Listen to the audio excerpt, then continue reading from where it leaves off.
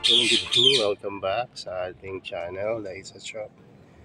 So ngayong araw na to, i-update ko kayo dun sa mga pinakain natin na mga carnivorous plant, no? Kung kamusta na sila at wala bang masamang nangyari sa kanila. So unahin na natin itong pinakamalapit sa atin. At pasensya na rin kayo at hindi ako nakapag gimbal yan, kaya isikapin natin na hindi maging nakakahila tong video na to. So eto pala na pinakain natin white Venus flytrap,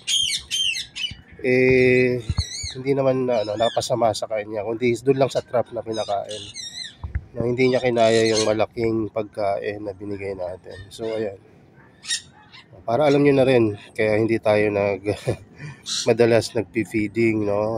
Napalaki yata yung pagkain natin sa kanya, or talagang napakasensitibo talaga ng mga white. So kahapon may kausap ako na collector ng I think isa sa pinakamaraming puti na carnivore na Venus flytrap. Sabi niya mabagal talaga at medyo may kahirapan sa pag-propagate itong mga Venus flytrap. At sa panahon ngayon, dahil sa weather, medyo maliliit nga sila. So ayan, so eto yung una. At tignan natin yung iba pa. So ito pinakain natin, pero hindi natin nilagyan ng pellets to, kundi yung langaw lang na may maxi. So ayan, hindi nang itim. Ayan pa yung langaw. At nakaka-benefit pa rin sa kanya yan. So in terms of growth, hindi pa natin makikita yun kasi lalagay lang natin noong nakarang araw. So bago tayo lumipat sa kabilang trays, pagka may mga ganyan, pwede nyo pabayaan, pwede nyo ring try alisin. Kung naalis na, alisin nyo na. Ayan. Pag hindi pa kayang alisin, huwag nyo nang pilitin kasi baka makasama. Ayan. So may mga new growth na naman yan. So dito naman tayo sa kabila. Dito sa kabila pala may nabili na dalawa. Actually isa lang yon. So dahil may buy one take one tayo, na-inventa ko na. So yung mga ganito yung mga for sale. Ayan. So ito yung mga mother plant natin. Ayan. So ayan. So dito may nagpakain rin tayo dito. At sa tingin ko hindi naman nakasama. Wala naman ng nag-brown na picture. Patibay talaga to. Itong minor. So ayan, sorry ha, ano yung kamay ko, malikot. So dito nagpakain rin tayo sa mga pinicula. At ito yung mga pinakain natin last time at okay pa naman. Ayos pa naman. Ano man nangyari sa kanila nakakaiba. Ayun. So dito naman dito talaga sobrang dami yung nilagay ko dito kasi yung natira, kung naalala nyo, maraming natira, diba? Pinakain ko agad lahat sa traps kasi nasa picture na to. So ano nangyari, kahit na picture plan siya, ganyan na nangyayari pag nasobrahan. Although hindi naman ito makaka-apekto sa plant mismo sa whole, pero dyan sa picture niya ganun ang nangyayari, diba? Ayan o, nabulok. Ayan, sobra. So pero sa plant mismo okay naman.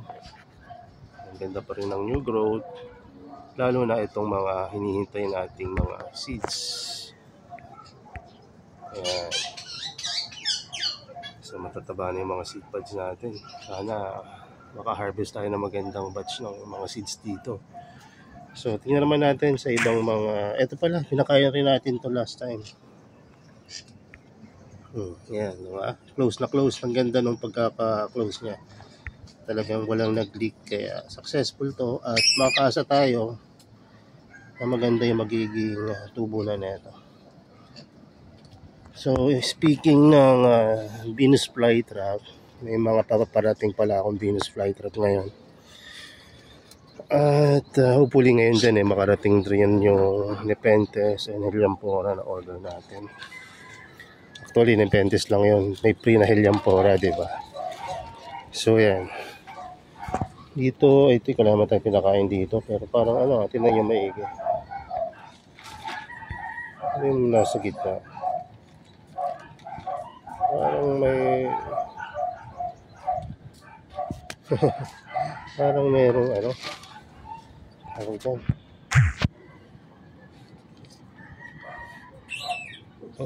Merong susong maliit. Kunin natin yan kasi alam ko namatay na yata to dahil sinanong natin.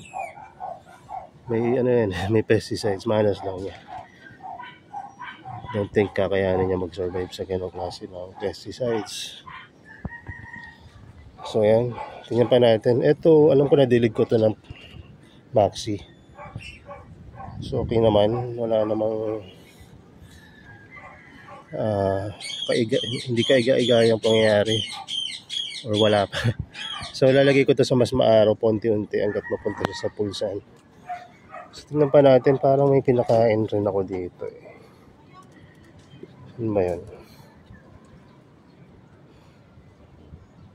Anyway, so ganun lang yung mga ano, pagka nagpapakain kayo ng carnivorous plant. Ito pala, pinakain rin yata natin.